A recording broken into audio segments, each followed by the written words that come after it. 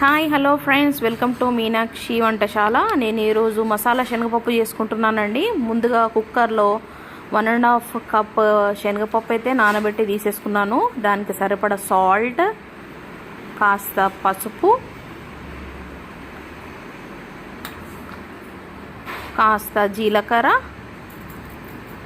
And 2 table spoons of oil వేసుకోవాలండి. ఈ oil వేసుకోవడం వలన మనకు పప్పు పొంగదు.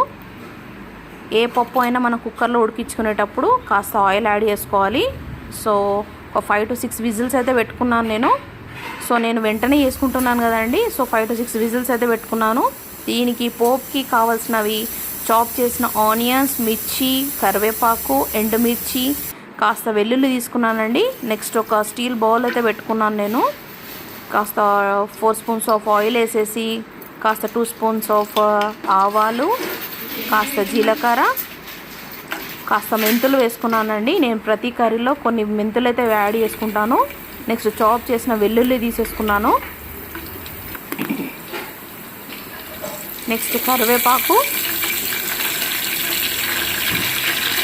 నెక్స్ట్ ఎండుమిర్చి వేసుకున్నానండి.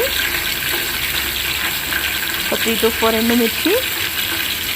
ఎండుమిర్చినే బాగుంటాయండి పోపులో. నెక్స్ట్ ఆనియన్స్ వేసుకున్నాను.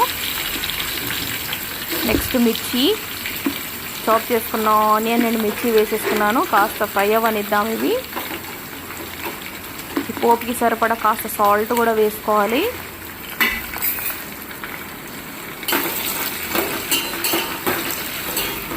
నేను ఆల్రెడీ పప్పు ఉడికించుకునేటప్పుడు నేను కాస్త సాల్ట్ వేసుకున్నాను కదండి. సో ఇందులో పోపు కూడా కాస్త వేసుకుంటే బాగుంటుంది. నెక్స్ట్ కాస్త చిటికెడు పసుపు పోపులో బాగుంటుందండి.